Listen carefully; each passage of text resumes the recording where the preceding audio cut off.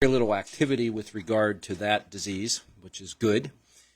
And we're pretty much in a somewhat dry weather pattern, a lot of sunny days, so those wetting periods, we do still have some dew overnight that makes a wetting period, but, all those rain events and things that keep the plants really wet and damp, we haven't had those. So that's beneficial to us with regard to keeping disease levels at a minimum for now until the pattern changes.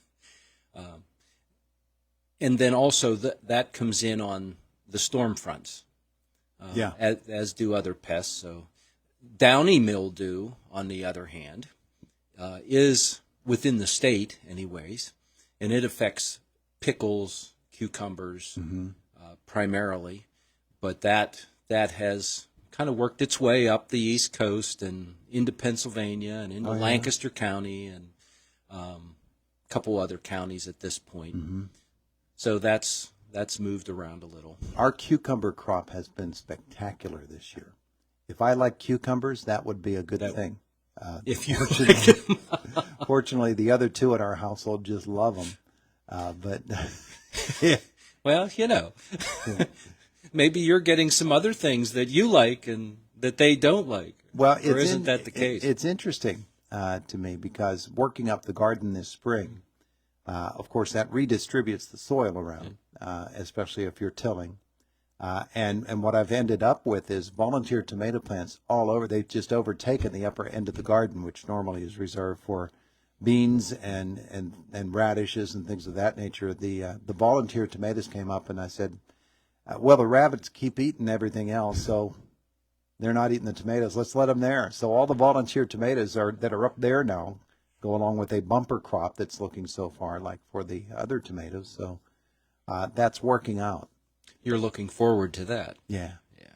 The beans, beets, and radishes, not so much, because Mr. Bunny Rabbit likes those a whole lot and has figured out the combination to the fence is the only thing I can think. Yeah. So you haven't gotten any closer to resolving. No.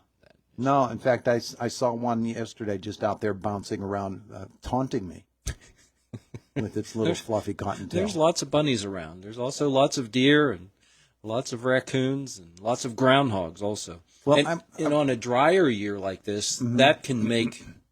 They get more aggressive. Yes, they get more aggressive. They're Bolder. out more. They're bolder. They're out looking for food to eat because some of their sources that might have kept them out of your crops are maybe dried up or too mature or too rough to hard to eat. So they're looking for succulent things that maybe are getting watered and have a lot of moisture in them, and so that can make that wildlife pest damage even worse on a year like today. A year like this, and then you add in there the dry weather, then that two things against us. We were in Grand Rapids, Michigan, staying at a bed and bee a couple of weeks ago. Beautiful neighborhood, really upscale homes, and so in the evenings we take a walk.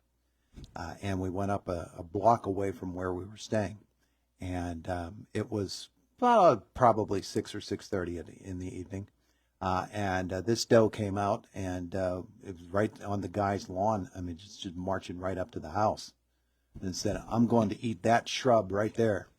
Looked at us like, "Don't you say anything," and it enjoyed its little meal, and so much so that when we turned around and went back, he was still there. She was still there. So yeah, they do get a little bit bolder if what they're normally dining on is not available to them. So on drier weather like this, any plants that were newly planted this spring, or even plants planted last fall, we really need to keep an eye on those, and if possible, give them a good drink occasionally. Yeah, and just to review, we've mentioned this other times, other years, but roughly 27,000 gallons of water makes up an acre inch. So that'd be the amount of water to cover 1 acre, which is roughly 200 by 200 square feet. 1 inch deep is roughly 27,000 gallons. Yeah. And then that translates down to about, it's a little bit over half a gallon of water per square foot. So as you're watering plants, you can use that to gauge, the amount of water you're putting on. A quarter inch of water, you're just taking the hose and spraying things, and put a tray out and see how much water that actually is versus measuring some out, in a half gallon or gallon, and distributing that on a 1 square foot area. We have not had any declarations of drought yet, but I would guess that it's not far from happening. No, we're creeping that way in a hurry. You start to see, for the most part yet, most things look pretty good.